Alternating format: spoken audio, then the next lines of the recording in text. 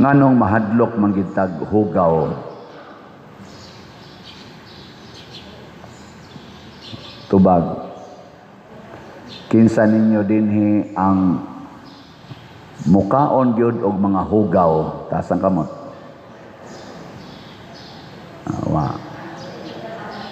Kinsa ninyo dinhi ang okay ra gyud moinom nga hugaw ang tubig, taas ang kamot. Kinsa ninyo dinhi ang muhanggap sa hangin na hugaw, taas ang kamot. Ngana di kita ganahan og hugaw. Ngano man unsa may ngano man daig hugaw musod nato? Makadaot sa lawas. Mao na siya. Ang hugaw makadaot.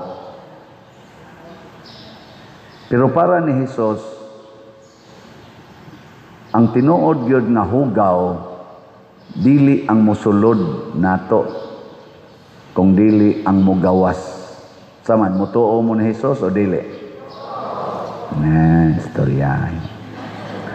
So kanaan na ninyong hugaw, hanggapan na ng hugaw, kaya di man day makahugaw ang musulod, nya ang hugaw raman mo'y makadaot, pasabot ang tanang musulod nato, dili makadaot, kung si Hesus mo'y pasultihon, nya mutuo mo ni Hesus. Nauna, nag-anam nagkahinay. Ang mugawas mo'y makahugaw. Kay unsa man gyud tinuod nga makadaot nato? Unsa man gyud tinuod nga makadaot sa atong pagkatao?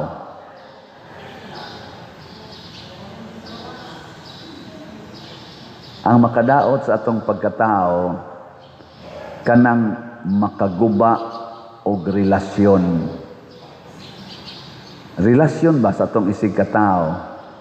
Magguba na gani na kana bati na gyud ka nga pagkatao. Mao na si Hesus nakasentro siya ana. Kay kon ighanggap ni mog hugaw, masakit ka. Munindot man noong relasyon. Tanawa di ba? Kanang masakit ka, di ba pinangga kay ka? Sukad pas una kanang mga bata pata. Ug wa ka masakit, sigihan kag sugo. Pero ini kasakit na nimo, palitan pa kag ug di mo kakaog itlog yus manok, lutuan kag itlog manok. Palitan pa kag gatas, so makakaon na kanya, palitan pa kag pan nga nindot kay haron lang gyud ka mukaon, pero wa kay kon hilabot ka ng gatas wa ka manangid, hapak ko ng baba nimo kaon ka ng pan nga wa gihatag pa nimo, malatusan gyud ka, pero ini kasakit na, oy sus, pinangga kayo. Mauna, ang sakit di ay, apil na sa nang kasakit, dili gid na siya makaguba og relasyon. Pero naa na gani kay gibuhat nga makaguba og relasyon, kana, hugaw na ka. Bisag limpyo pa ka, bisag healthy pa ka, pero makaguba nag relasyon ang imong kinaiya og binuhatan, hugaw ka. Sa ato ro mga politicians, unsa man sila, limpyo, hugaw.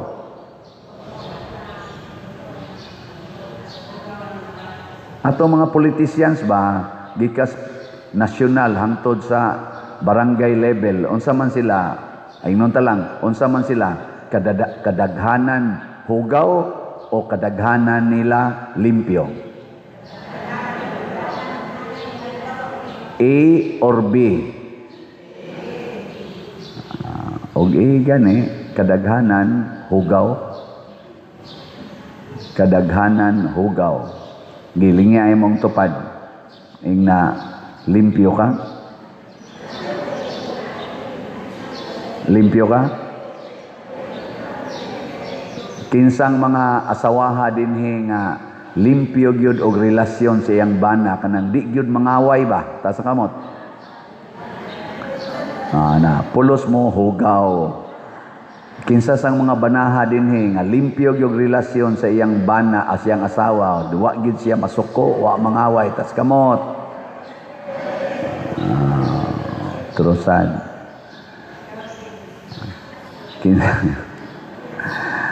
Kinsang paria din nga wa gyud wa gyud makapasakit siyang parisyoner ta sa kamot. Ingon sa ka otros ka paria ka. Dunay duha sad ka klase sa mugawas nato. Naay hugaw tungod kay ang migawas nimo hugaw gid siya. Duna say mugawas nato nga limpyo pero hugaw ang iyang dating ngadto sa usa ka tawo tungod kay kining tawhana hugaw o kasing-kasing. Nakuha mo? Kaya ang hisgutan diri ni Jesus ingon man siya kana bitawng mga kalaway, kaulag, pakighilawas, pagpamaka, kasina, mga hugaw gina sila. Kung mugawas na nato, hugaw na ginadaan. Pero unsa man sa mga limpyo, gugma, kaluoy, kamanggihatagon, kamapasayloon, pero dunay usahay nga mubuhat ka ana labi na ng pagka maluluyon, ang dating ngadto sa imong gikaluyan, hugaw na nga buhat. Kasuway na mo?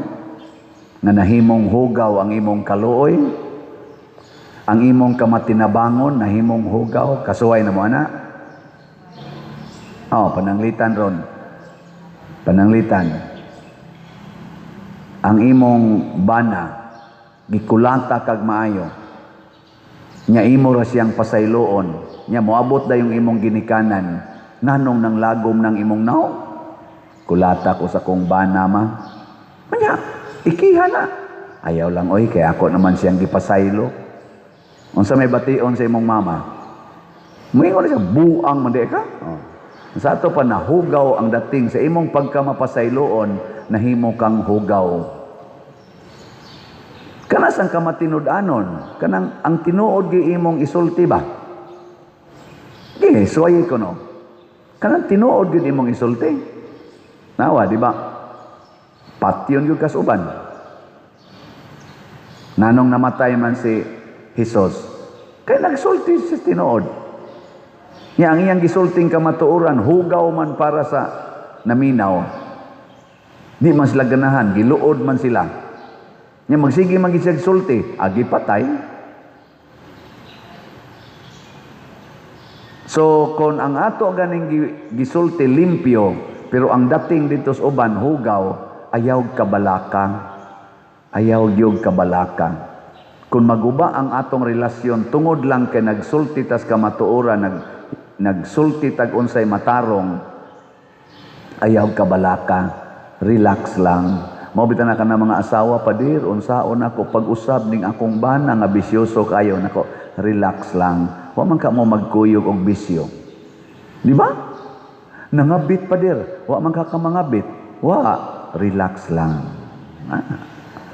Palahubog kay akong bana padir, wa man ka maghubog-hubog. Wa, relax lang.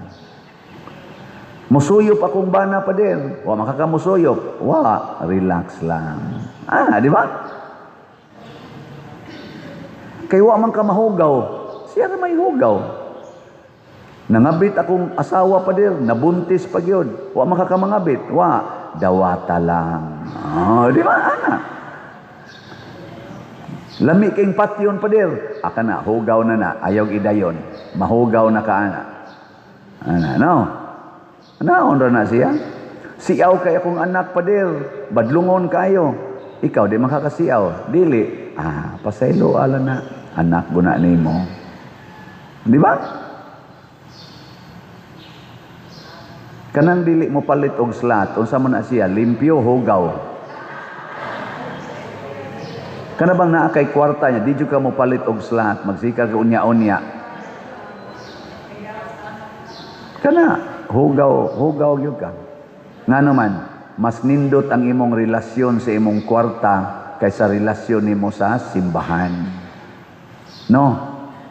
Hay may maayo ninyong huptan ang relasyon nimo sa imong bahandi o relasyon nimo sa imong simbahan. Kinahanglan way mo uli karon nga dili mo palit og slot.